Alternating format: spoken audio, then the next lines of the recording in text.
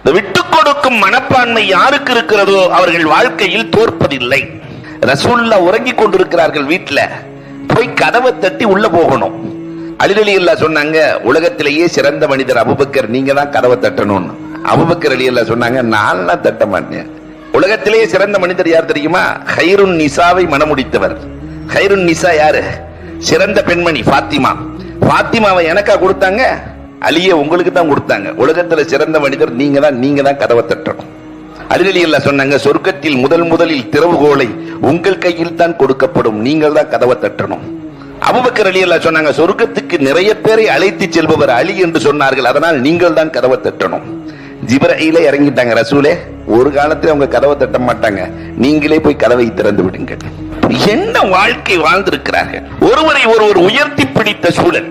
நம்மை விட அவர்கள் உயர்ந்தவர்கள், விட்டுக் கொடுக்கும் மனதோடு வாழ வேண்டும் என்ற அந்த அற்புத சூழல்.